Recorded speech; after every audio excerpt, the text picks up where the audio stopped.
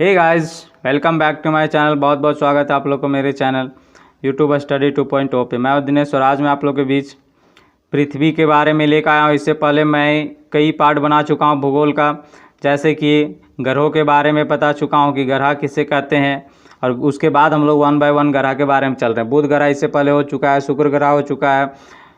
तो वो सारे वीडियो अगर आप लोग नहीं देखे होंगे तो डिस्क्रिप्शन बॉक्स में लिंक मिल जाएगी, आप उसे जाके जरूर देख लें।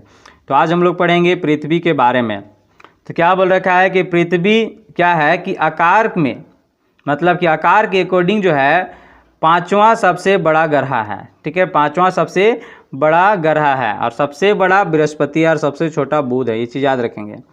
यह जो है अपने अक्ष पर 23.5 डिग्री झुकी हुई है। ठीक है, 23.5 डिग्री झुकी है, मतलब कहने का मतलब कि ये पृथ्वी है तो इसको अक्ष बोलते हैं। तो इस तरह से हल्का झुका हुआ है, जैसे कि ये 90 डिग्री ऐसे होता, तो ये 90 डिग्री नहीं है, ये इस तरह से झुका हुआ है हल्का सा। ठीक है, 23.5 डिग्री। तो अपने अक्ष पर 23.5 डिग्री झुकी हुई है, और यह सौर मंडल का एकमात्र ग्रह है। पृथ्वी एक ऐसा ग्रह है पूरे सौर मंडल का जिस पर जीवन संभव हो सका है। ठीक है, और इसका एकमात्र उपग्रह जो है चंद्रमा। उपग्रह किसे कहते हैं, ग्रह पहले किसे कहते हैं, तो अगर नहीं देखे होंगे तो बता देता हूँ कि ग्रह सूर्य के जो परिक्रमा करते हैं उसे ग्रह कहते हैं, और ग्रह को जो परिक्रमा करते हैं चारों ओर उसको उपग्रह कहते हैं। तो पृथ्वी के चारों ओर जो परिक्रमा करता है वो चांद है, और चांद को क्या बोला जाता है, उपग्रह बोला जाता है। तो पृथ्वी का एक उपग्रह है चंद्रमा। अब पृथ्वी के विषुवतीय मतलब भूमध्य वृत्त, विषुवतीय वृत्त का व्यास, कहने का मतलब कि जैसे ही पृथ्वी इस टाइप से है, तो ये जो यहाँ से बीचों बीच जो लाइन काटता है इसी को बोला जाता है विषुवत वृत्त। तो विषुवत वृत्त का जो व्यास है वो कितना है, 12,756 किलोमीटर।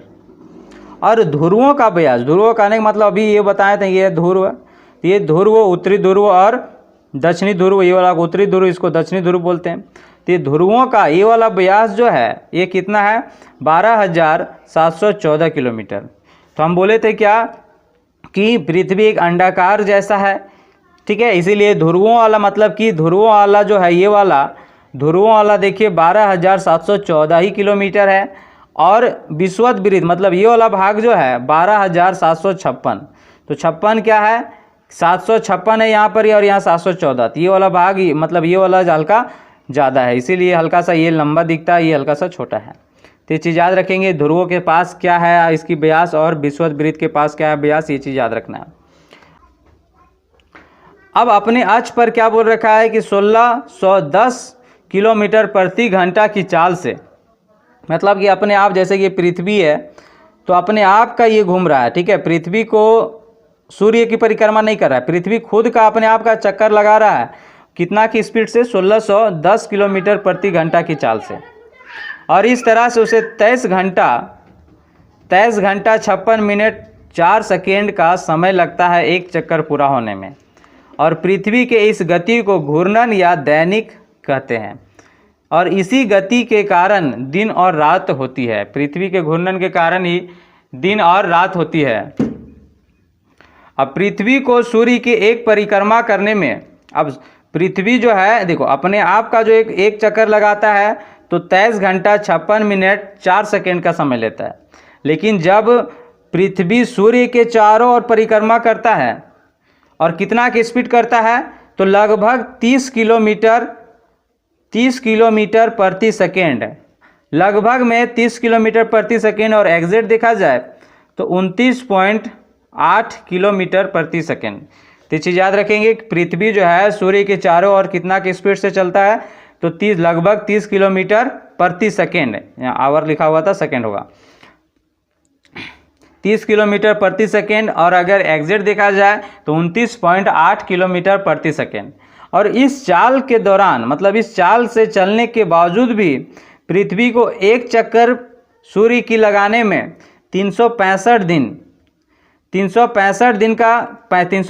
दिन 6 घंटे 48 मिनट 46 सेकेंड, मतलब कि लगभग हम लोग ये डाटा लेके चलते हैं 365 दिन 6 घंटे का समय लगता है। तो अधिकतर डाटा आपका यही दिया रहेगा कि 365 दिन 6 घंटे। और यही वजह है कि हर एक बार हम लोग 365 दिन में न्यू ईयर मनाते हैं और 6-6 घंटा हर एक साल छूटता जाता है। और इसी तरह 4 साल जब हो जाती है तो 4 साल ये 6-6 घंटा जो जुट कर एक दिन का रूप ले लेता है, मतलब 24 घंटे का रूप ले लेता है। और यही जो हो जाता है एक दिन बढ़ जाती है और इसी की वजह से हम लोग को लीप ईयर मनाना पड़ता है। तो हर एक 4 साल में एक लीप ईयर होती है। जैसे 2020 में फरवरी का महीना 29 का था तो ये लीप ईयर होगा। और वही लीप ईयर जो एक साल बढ़ जाती है 4 साल में, वो फरवरी के महीना को बढ़ा दिया जाता है। अब क्या बोल रखा है, और जो सूर्य जो है पृथ्वी को सूर्य की एक परिक्रमा करने में लगे हुआ जो लगता है समय, उसको सौर वर्ष कहा जाता है। तो सौर वर्ष किसे कहते हैं कि पृथ्वी को सूर्य की एक परिक्रमा लगने में जितना समय लेता है उसी को सौर वर्ष कहा जाता है। अब पृथ्वी पर ऋतु परिवर्तन उसकी अक्ष पर झुके होने के कारण होती है, क्योंकि पृथ्वी क्या है, झुके होने के कारण झुका है तो ये अपने आप का घूमता है। तो इसी की वजह से क्या होता है, ये घूमता है इस तरह से, तो इसी वजह से यहाँ ऋतु परिवर्तन मतलब कभी ठंडा कभी गर्मी का मौसम आता है। अब क्या बोल रखा है कि आकार एवं बनावट की दृष्टि से सूर्य जो है पृथ्वी जो है शुक्र के समान है, इसीलिए शुक्र ग्रह को पृथ्वी की बहन ग्रह भी कहा जाता है। जो शुक्र बारे में हम लोग पढ़े थे इससे पहले, अगर नहीं पढ़े होंगे तो डिस्क्रिप्शन बॉक्स में लिंक है, जाके देख लीजिए, तो इसके बारे में सारा कुछ है।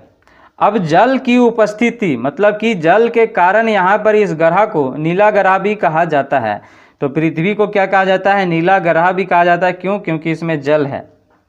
अब सूर्य के बाद पृथ्वी के सबसे निकट का तारा, देखो पृथ्वी के सबसे निकट का तारा तो सूर्य है, लेकिन इसके बाद मतलब सूर्य के बाद जो है सबसे निकट का तारा है जो है प्रॉक्सिमा, ठीक है।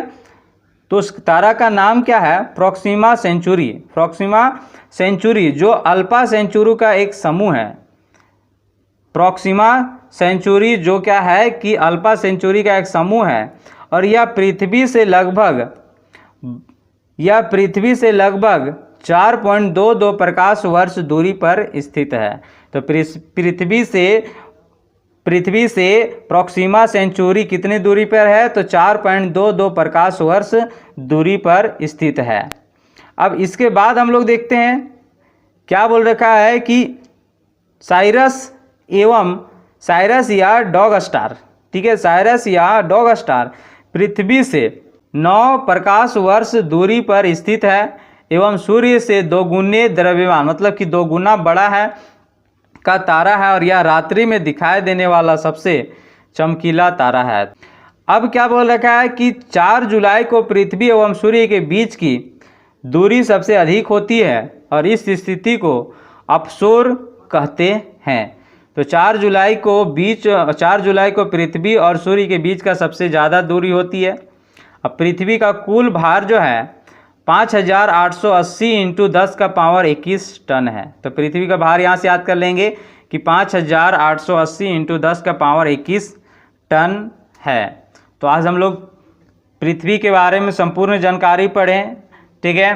इसके बाद हम लोग नेक्स्ट ग्रह को, नेक्स्ट प्लैनेट्स को देखेंगे।